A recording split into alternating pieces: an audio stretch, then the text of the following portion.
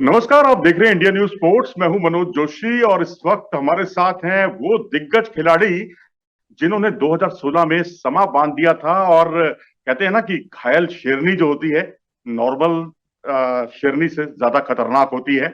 वही कुछ इस बार देखने को मिला। इन्होंने इंग्लैंड, कैमरून और कनाडा की रेसलर्स को एक तरह से धो डाला अपने तमाम मुकाबलों में। दो तो इन्होंने बाई फॉल कुश्तियां जीती हैं इस बार कॉमनवेल्थ गेम्स में। और गेम्स से जब ये उतरी भाग लेकर, तो इनके गले में एक सोने का तमगा झूल रहा था। बहुत बहुत बधाई आपको साक्षी जी इस कामयाबी के लिए। Thank you sir, thank you so much sir.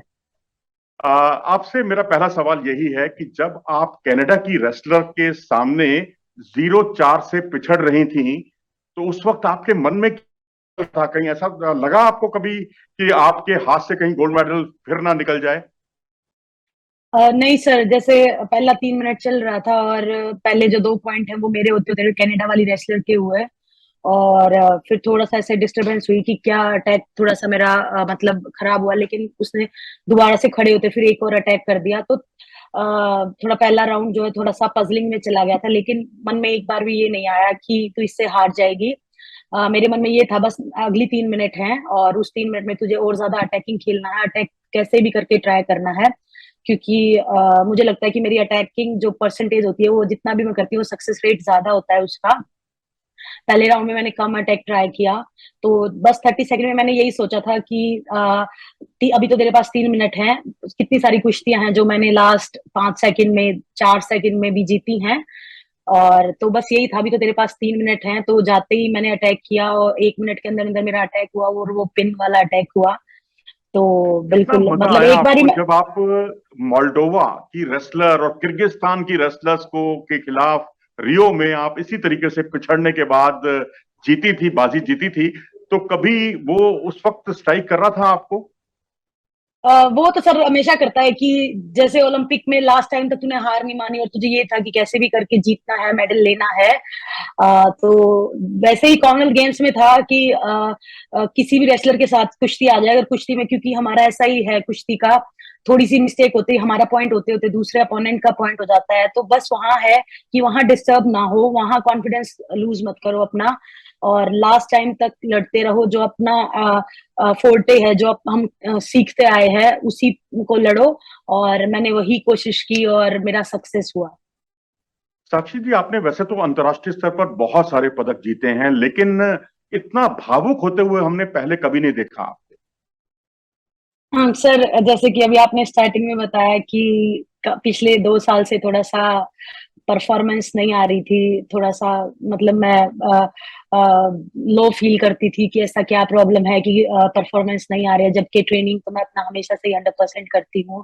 Camp में भी जैसे हम रहते हैं, मेरे जूनियर रेसलर्स हैं, सीनियर्स हैं, तो मुझे लगता है कि मैं उनमें से फिटेस्ट हूँ और उनसे कहीं ना कहीं मैं ज्यादा ही ट्रेनिंग करती हूँ, पर वो प्रॉब्लम समझ नहीं आ रही थी। तो बस यही था कि आ, इमोशनल क्यों बस हो मुझे गई थी कैसे। आप? इतनी ज्यादा आपकी जी आंखों में से हाँ। आंसू भी आने लग गए थे। ऐसा हमने पहले कभी नहीं देखा। हमने एक अलग तरह की जी, साक्षी देखी इस बार। जी सर, वही है ना कि जैसे कितने साल से मैं नहीं अच्छा परफॉर्म कर पा रही थी, और बस ये था कि एक बार फिर से अपना प्रूव करना है कि फिर से मैं मुझे अपने आप को प्रूव करना था। और वही हुआ, और गेम्स में मेरा पहला गोल्ड मेडल था। गेम्स मैंने काफी खेले हैं, मेरे मेडल्स भी हैं, और मेरा पहला गोल था और वहां राष्ट्रीय गान बज रहा था सर। मैं फिर अपने आप को रोक नहीं पाई और मैं भावुक हो गई, क्योंकि सभी इंडियंस थे वहां, वो चेयर कर रहे थे, सब राष्ट्रीय गान इतनी तेज तेज से गा रहे थे। तो बिल्कुल वो बहुत मेरे लिए एक इमोशनल मोमेंट था। आपने कई अंतर्राष्ट्रीय प्रतियोगिताओं में, हालिया जितने कंपटीशंस हुए उसमें 65 केजी में भाग आपको लेना पड़ा मजबूरी में। आप जबकि जी 62 किलो में भाग लेना चाहती जी थी। उस वक्त अपने दिल की बात बताइए, कितना कचोटता था मन? सर, जैसे ये था कि मैं जैसे Olympic trials, Olympic weight categories में तो मैं हार जाती थी पिछले 1.5-2 साल से। तो मजबूरन 65 किलो में ट्रायल देना पड़ता तो था नहीं कि गिव अप कर दूं। लेकिन 65 केजी में मेरा सिलेक्शन हो जाता था। मुझे लगता था कि हाँ, पीछे हटने से, घर बैठने से अच्छा है कि किसी भी वेट में खेलो पर कंपटीशन खेलते रहो।